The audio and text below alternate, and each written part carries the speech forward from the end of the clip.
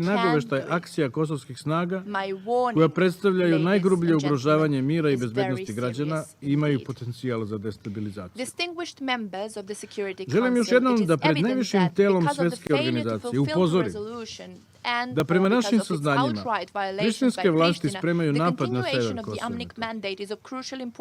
Želim da toga svi ovdje budete svesni i zaustavite prištinsku ratnu mašineriju pre nego što izazove novo krvoproliće. I da vas podsjetim da je zadatak KFOR-a da zaštiti mir i bezbednost svih, pa i Srba na Kosovu. I tražimo od vas odgovor, hoćete li to da učinite ili ne? Pošto sam siguran da može. Molim vas da veoma ozbiljno shvatite moju poziciju. Sjedinjene članice Saveta bezbednosti. Očigledno je da je zbog neispunjavanja i kršenja odredbe rezolucije od strane Prištine nastavak mandata UNMIK-a od ključnog značaja za sudbinu mnogih ljudi na Kosovu i Metohiji. Srbija je uverena da misija mora u potpunosti da ostane angažovana po svim pitanjima od značaja za dosledno sprovođenje zadatih ciljeva u nesmanjenom obimu i sa neizmenjenim mandatom. U suprotnom, poslala bi se poruka Srbima da neće moći da ostanu i žive na tlu svojih predaka, a raseljenima da tamo nisu dobrodošli, što bi predstavljalo ispunjenje ciljeva Prištine. U isto vreme, međunarodna zajednica, Ujedinjeni naciji i Savet bezbednosti priznali bi da nemaju snage i mehanizme da sprovedu svoje odluke koje su usmerene ka očuvanju mira i stvaranju ambijenta za mirno rešavanje konflikta. Mi smo uvereni da to nije slučaj i da će UNMIK ostati angažovan na Kosovu i Metohiji u svom punom kapacitetu. Gospodine predsjedniče, Srbija čini sve da se situacija na Kosovu i Metohiji normalizuje. I čvrsto smo uvereni da razgovori predstavljaju jedini put za rešavanje svih otvorenih pitanja. Međutim, naša predanost dijalogu i konstruktivno zalaganje za iznalaženje održivog i kompromisnog rešenja za pitanje Kosova i Metohije u ovom trenutku očigledno nije dovoljno za nastavak dijaloga. Kao što sam rekao, mi nemamo partnera za ozbiljan i odgovoran dijalog. Na obe strane, i na Beograd i na Prištinu, sada se apeluje da nastave pregovore i tako se relativizuje odgovornost za blokadu dijaloga, iako je ta odgovornost samo na strani Prištine. Jer kako da se pregovara ako umjesto da uklanja prepreke, druga strana čini sve da podigne nove? Nezadovoljna zbog neuspešnog ishoda glasanja o članstvu Interpolu i povlačenja priznanja Kosova od strane 13 država, Priština je u novembru prošle godine uvela 100% takse na robu iz centralne Srbije i Bosne i Hercegovine, što nije zabeleženo nigde u svijetu. I danas, nakon 6 meseci, uprkos osudi gotovo svih međunarodnih aktera i pozivima da povuče ovu nerazumnu odluku, Priština nema nameru da to učini. I ne samo da o tome ne razmišlja, već i nastavlja sa stalnim provokacijama i unilateralnim potezima, koji nas neizbežno dovode do jednog očiglednog zaključka, da Priština sistematski preduzima korake upravo sa ciljem onemogućavanja bilo kakvog dijaloga. Kako drugačije razumeti i usvajanje takozvane platforme za dijalog u martu ove godine, kojom Priština određuje da je jedini cilj i konačni ishod dijaloga priznavanje nezavisnosti Kosova od strane Srbije.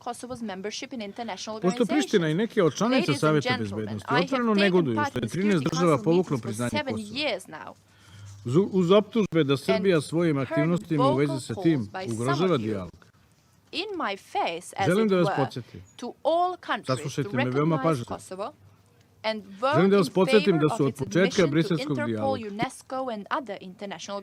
23 države priznale Kosovo.